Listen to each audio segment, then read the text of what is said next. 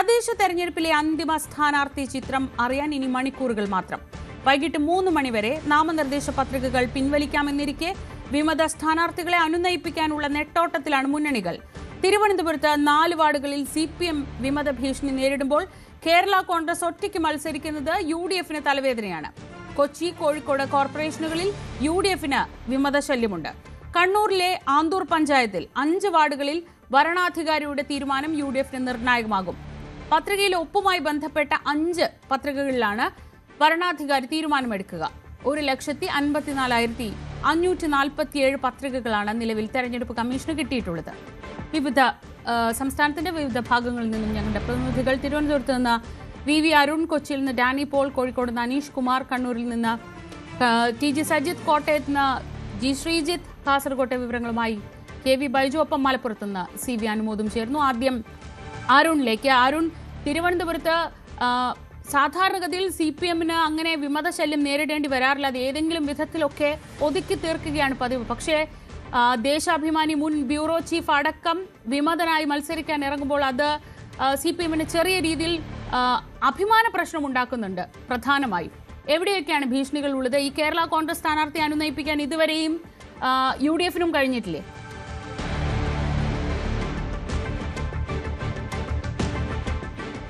ശ്രീജ, ഇനിയുള്ള 5 മണിക്കൂർ സ്ഥാനാർത്ഥികൾക്കും മുന്നണികൾക്കും വിമതമാരെ അതുപോലെ അപരന്മാരെ പിൻവലിപ്പിക്കാനുള്ള തീവ്ര ശ്രമത്തിലാണ് മുന്നണികളും സ്ഥാനാർത്ഥികളും രാഷ്ട്രീയ പാർട്ടികളും ഒക്കെ ഉള്ളത്. പലയിടത്തും വിമത ഭീഷണിയുണ്ട്, അപര ഭീഷണിയുണ്ട്. തിരുവനന്തപുരം നഗരസഭയിൽ മാത്രം 4 CPM-ന് വിമതർ ഉള്ളത്. അത് 2 വട്ടിയൂർക്കാവ് നിയോജക മണ്ഡലത്തിലെ കാച്ചാണിയിലും വാഴോട്ടുകോണത്തും നെട്ടയത്തുമാണ്. 2 CPM-ന്റെ സിറ്റിംഗ് വാർഡുകളാണ്. 2 കൈവിട്ടു പോകുന്ന അവസ്ഥയിലേക്ക് വിമത ശല്യം ഉണ്ടാവുകയാണ്. അവിടുത്തെ ഒരു ജില്ലാ കമ്മിറ്റി അംഗത്തിന്റെ ഇടപെടൽ പ്രതിഷേധിച്ച് 2 സ്ഥാനാർത്ഥി വന്നത്. കഴക്കൂട്ടം മണ്ഡലത്തിലെ 2 ഉള്ളൂരും ചെമ്പഴന്തിയും വിമതന്മാരുണ്ട്. അവരിൽ ഉള്ളൂരാണ് ദേശാഭിമാനിയുടെ മുൻ ബ്യൂറോ ചീഫ് സ്ഥാനാർത്ഥിയായി നിൽക്കുന്നത്, സ്വതന്ത്ര സ്ഥാനാർത്ഥിയായി മത്സരിക്കുന്നത്. സ്ഥാനാർത്ഥി ഉറച്ചു നിൽക്കുകയാണ് ശ്രീകണ്ഠൻ. അതുപോലെ ചെമ്പഴന്തിയിലുമുണ്ട്. പാർട്ടിയുടെ മുൻ ലോക്കൽ കമ്മിറ്റി അംഗം ആനി അശോകനാണ് അവിടെ വിമത സ്ഥാനാർത്ഥിയായി നിൽക്കുന്നത്. ഇവിടെയെല്ലാം സ്ഥാനാർത്ഥികൾ ഉറച്ചു നിൽക്കുക. അതുകൊണ്ട് തന്നെ പിന്മാറ്റാൻ CPM നേതൃത്വത്തിന് കഴിയുമെന്ന പ്രതീക്ഷ ഈ ഘട്ടത്തിലും ഇല്ല. UDF-നാകട്ടെ കേരള കോൺഗ്രസ് ജോസഫ് വിഭാഗമാണ് 17 മണ്ഡലത്തിൽ വാർഡുകളിൽ വിമത സ്ഥാനാർത്ഥികളെ നിർത്തിയിരിക്കുന്നത്. അവർക്ക് ചോദിച്ച സീറ്റുകൾ നൽകാത്തുള്ള പ്രതിഷേധമാണ് ജോസഫ് ഗ്രൂപ്പ് തീർക്കുന്നത്. പൗണ്ടുകടവ് വാർഡിൽ മുസ്ലിം ലീഗിന്റെ സ്ഥാനാർത്ഥിക്കെതിരെയും UDF-ന്റെ വിമതനുണ്ട്. BJP-ക്ക് വിമത ശല്യത്തിനപ്പുറത്തേക്ക് ഉൾപാർട്ടി പ്രശ്നങ്ങളാണ് ഏറ്റവും വലിയ തലവേദന. തിരുമല അനിൽ എന്ന മുൻ കൌൺസിലറുടെ ആത്മഹത്യ, അതിനെ തുടർന്നുണ്ടായ സംഭവങ്ങൾ, അതിലേക്ക് നയിച്ച സാഹചര്യങ്ങളൊക്കെ ഇപ്പോഴും BJP വല്ലാതെ അലട്ടുന്നുണ്ട്. അതിന് തൊട്ട് പിന്നാലെയാണ് ഒരു RSS പ്രവർത്തകൻ ആനന്ദ് K തമ്പി കൂടി ആത്മഹത്യ ചെയ്തത്. അതും സമാനമായ കാരണങ്ങളാണ്. അവിടെയും ഈ സഹകരണ ബാങ്കിലെ ക്രമക്കേടുകൾ പ്രശ്നമായിട്ടുണ്ട് BJP-ക്ക്. ഒരിടത്ത് ഏരിയ പ്രസിഡന്റും ഒരിടത്ത് മണ്ഡലം പ്രസിഡന്റും രാജിവെച്ചു സ്ഥാനാർത്ഥിത്വത്തിൽ പ്രതിഷേധിച്ച്. പലയിടങ്ങളിലും ഇപ്പോഴും അടിയൊഴുക്കുകൾ ശക്തമാണ് BJP-ക്ക്. രാജീവ് ചന്ദ്രശേഖരനെതിരെ വലിയ കലാപം പല നേതാക്കളുടെ നേതൃത്വത്തിലും തുടരുന്നുണ്ട്. രഹസ്യമായും പരസ്യമായും ഒക്കെ തുടരുന്നുണ്ട്. അങ്ങനെ പ്രശ്നങ്ങൾ BJP-യിലുമുണ്ട്. തലസ്ഥാനത്ത് മാത്രമല്ല മറ്റു പലയിടങ്ങളിലും 3 മുന്നണികൾക്കും ഇതുപോലുള്ള പ്രശ്നങ്ങളുണ്ട്. തലസ്ഥാനത്താകട്ടെ ഗ്രാമീണ മേഖലകൾ, നഗരമേഖലകളിൽ മാത്രം ഗ്രാമീണ മേഖലകളിലും വിമത ശല്യം പ്രധാനപ്പെട്ട മുന്നണികൾക്കും പാർട്ടികൾക്കും ഒക്കെയുണ്ട്. അങ്ങനെ ഇനിയുള്ള ഈ 5 മണിക്കൂറുകൾ ഇവരെ പരമാവധി പിൻവലിപ്പിക്കാനുള്ള ശ്രമമാണ് നടത്തുക. വൈകിട്ട് 3 മണിക്ക് നാമനിർദ്ദേശ പത്രികകൾ പിൻവലിക്കാനുള്ള സമയം അവസാനിക്കും. 1-2 മണിക്കൂറുകൾക്കുള്ളിൽ സംസ്ഥാനത്തെ എല്ലാ വാർഡുകളിലെയും മത്സര ചിത്രം വ്യക്തമാകും. ഓരോയിടത്തും എത്ര സ്ഥാനാർത്ഥികളുണ്ടാകും, ആരൊക്കെയാണ് അപരന്മാർ, ആരൊക്കെയാണ് വിമതന്മാർ, ആരുടെയൊക്കെ സ്ഥാനാർത്ഥിത്വം പാർട്ടി. നമുക്കറിയാം, തദ്ദേശ തെരഞ്ഞെടുപ്പായതുകൊണ്ട് തന്നെ വളരെ ചെറിയ വോട്ടുകൾ പോലും സ്ഥാനാർത്ഥികളുടെ മുന്നണികളുടെ വിജയപ്രതീക്ഷയെ ബാധിക്കും, വിജയത്തിന് തടയിടും. ഒരുപക്ഷെ വിമതന്മാർക്കൊന്നും ജയിക്കാൻ കഴിഞ്ഞില്ലെങ്കിൽ പോലും ചിലർക്കൊക്കെ ജയിക്കാൻ കഴിവുള്ള വിമതന്മാരുമുണ്ട്. അത് മുന്നണി സ്ഥാനാർത്ഥികളുടെ ജയസാധ്യത ബാധിക്കാൻ മതിയാകുന്ന തരത്തിലുള്ള വിമത ശല്യമാണ് ഇപ്പോൾ 3 മുന്നണികളും പലയിടങ്ങളിലായി നേരിടുന്നത്. ശരി, അടുത്തതായി കണ്ണൂരിലെ വിവരങ്ങൾ TG സജിത് നൽകും. സജിത്ത്, കണ്ണൂരിൽ ഈ ആന്തൂർ അടക്കമുള്ള ഭാഗത്താണ് പ്രശ്നമുള്ളത്. അവിടെ വളരെ ശ്രദ്ധേയമായൊരു കാര്യം, ഈ പത്രികയിൽ ഒരു ഒപ്പാണ് പ്രശ്നം. അത് വരണാധികാരിയുടെ തീരുമാനമാവും നിർണായകമാവുക. എങ്ങനെയാണ് സാങ്കേതികമായി പ്രശ്നം ഉണ്ടായത്? അത് എത്രത്തോളം നിർണായകമാണ്?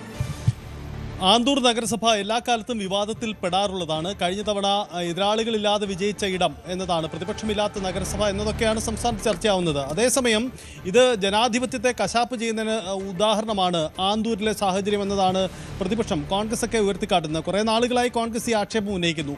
ഇത്തവണ ഈ ആക്ഷേപം വീണ്ടും ഉയർന്നത് കാരണം ആന്തൂരിൽ ചില എതിരാളികളില്ലാതെ നേരത്തെ തന്നെ വിജയം പ്രഖ്യാപിക്കുന്ന സാഹചര്യം ഉണ്ടായത് നേട്ടമായി ഇടതു കേന്ദ്രങ്ങൾ ഉയർത്തിക്കാട്ടുമ്പോൾ അതിനെതിരെ നീക്കം നടത്തിക്കൊണ്ടായിരുന്നു കോൺഗ്രസ് പ്രതിരോധം ഉയർത്തിയത്. പ്രത്യേകിച്ച് സ്ഥാനാർത്ഥികൾക്ക് വലിയ ഭീഷണി ഉണ്ടായിരുന്നു. അതുകൊണ്ടാണ് അവർക്ക് പത്രിക നൽകാൻ പോലും കഴിയാത്ത സാഹചര്യമുള്ളത് എന്ന വാദമാണ് അവിടുത്തെ മാർട്ടിൻ ജോർജ് DCC പ്രസിഡന്റ് അടക്കമുള്ളവർ ഉന്നയിച്ചത്.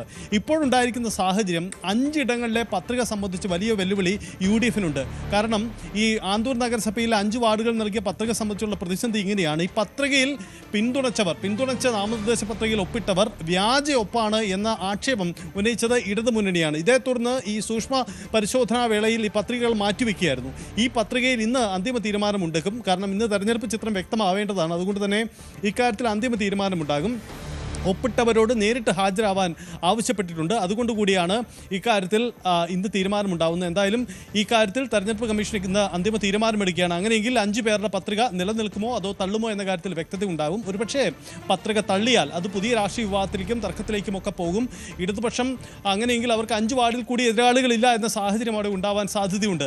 മറ്റിടത്തുകൂടി പ്രതിസന്ധിയുണ്ട്. അവിടെ UDF സമർപ്പിച്ച സ്ഥാനാർത്ഥി തനിക്ക് മത്സരിക്കാൻ താല്പര്യമില്ല എന്നറിയിച്ചുകൊണ്ട് പിന്നീട് തെരഞ്ഞെടുപ്പ് കമ്മീഷനെ സമീപിച്ചു, ഭരണാധികാരിയെ സമീപിച്ചു. പക്ഷേ സൂക്ഷ്മ പരിശോധന കഴിഞ്ഞ് അംഗീകരിക്കപ്പെട്ടതിനാൽ പിൻവലിക്കാൻ കഴിയില്ല എന്ന വാദം ഉന്നയിച്ച് വീണ്ടും ആ നാമനിർദ്ദേശ പത്രിക തുടരുകയാണ്. ഇതാണ് അവിടുത്തെ സാഹചര്യം. അങ്ങനെ ആന്തൂരിൽ നിർണായകമായ സാഹചര്യങ്ങളുണ്ട്. അത് ഇന്ന് തന്നെ ഇക്കാര്യത്തിൽ തീരുമാനമുണ്ടാകുമെന്നാണ് പ്രതീക്ഷിക്കുന്നത്.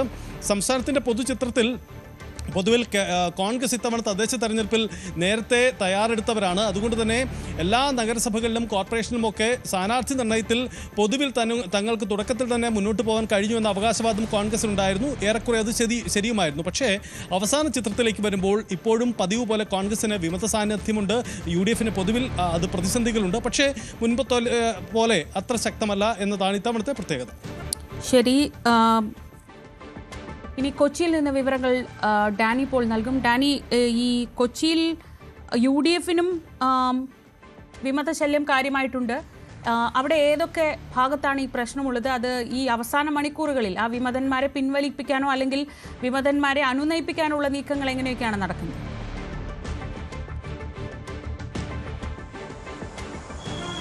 ശ്രീജ, കൊച്ചിയിൽ പ്രധാനമായും തന്നെ UDF ശ്രദ്ധ കേന്ദ്രീകരിച്ചിരുന്ന, അതായത് വിമത ശല്യം ഒഴിവാക്കുക എന്ന ലക്ഷ്യത്തോടു കൂടി തന്നെ കോൺഗ്രസ് പ്രത്യേകമായി ശ്രദ്ധ കേന്ദ്രീകരിച്ചിരുന്നത് കൊച്ചി കോർപ്പറേഷൻ തന്നെയായിരുന്നു. കാരണം കഴിഞ്ഞ തവണ സ്വന്തം വിമതരാൽ നഷ്ടപ്പെട്ട ഒരു ഭരണ സംവിധാനമായിരുന്നു കൊച്ചി കോർപ്പറേഷനിൽ.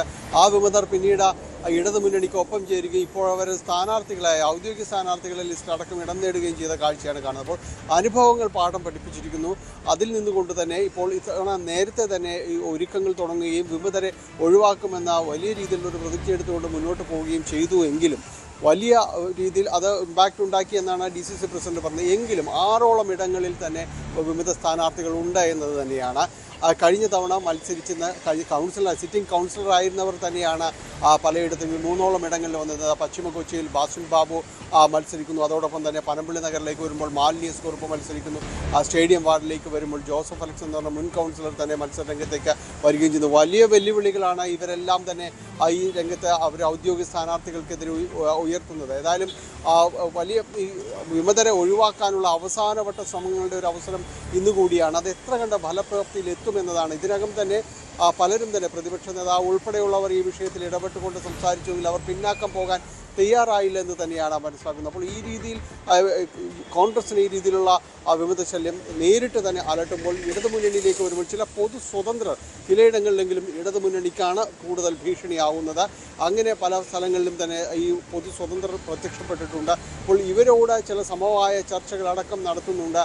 കാരണം അത് പിൻവലിക്കുക. കാരണം ഇപ്പോൾ ഈ കുറഞ്ഞ വോട്ടുകൾ, ഓരോ 30-നും 50-നും ഇടയ്ക്ക് വോട്ടുകൾ പോലും പോയാൽ പോലും അത് മുന്നണികളുടെ വിജയത്തെ കാര്യമായി ബാധിക്കുന്ന രീതിയിലേക്കെല്ലാം തന്നെ പോകുന്നു. ഒപ്പം ഇവിടെ 2020 സ്ഥാനാർത്ഥി കൂടി കൊച്ചിൻ കോർപ്പറേഷനിലൂടെ കൂടുതൽ വാർഡുകളിൽ മത്സരിക്കുന്നു. ഇതെല്ലാം തന്നെ ഈ വിവിധ കാര്യങ്ങളെല്ലാം അവർക്ക് ഭീഷണി ഉയർത്തുന്ന കാര്യങ്ങളാണ്.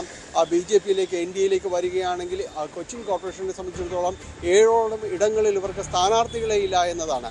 കാരണം BDJസിന് നൽകിയ സീറ്റാണ് എന്നതെല്ലാം തന്നെ പറയുമ്പോൾ അവിടെ സ്ഥാനാർത്ഥികളെ കണ്ടെത്താൻ പോലും കഴിഞ്ഞിട്ടില്ല ഈ നിമിഷം വരെ. ആ സ്ഥലങ്ങളിൽ പുതുതായി ഈ ചില പൊതു സ്വതന്ത്രർ എന്ന് പറയുന്നവരെ തങ്ങൾക്കൊപ്പം നിർത്താനുള്ള അവസാനവട്ട ശ്രമങ്ങൾ ഈ മുന്നണികൾ ഈ NDA അടക്കം ചില കേന്ദ്രങ്ങളിൽ നടത്തുന്നുണ്ട്.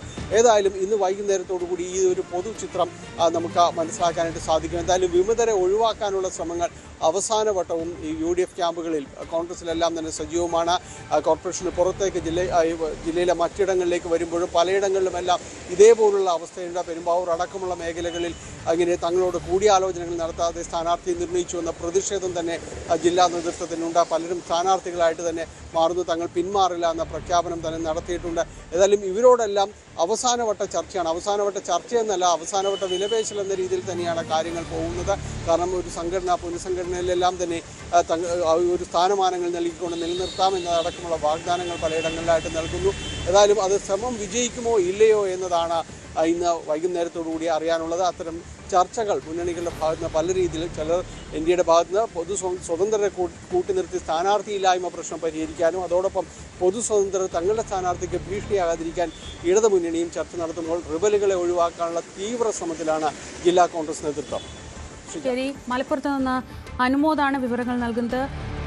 അനുമോദ്, ലീഗും കോൺഗ്രസും തമ്മിലുള്ള സൗഹൃദ മത്സരം, അല്ലെങ്കിൽ അങ്ങനെ അത്ര സൗഹൃദമൊന്നും ഇല്ലാത്ത ആ സൗഹൃദ മത്സരം എവിടെയൊക്കെ നടക്കുമെന്നുള്ളതായിരുന്നു ആകാംക്ഷ. ഈ അവസാന ദിവസമാകുമ്പോൾ അത് പൊന്മുണ്ടത്ത് ഒതുങ്ങുമോ? എന്താണ് മലപ്പുറത്തെ സ്ഥിതി?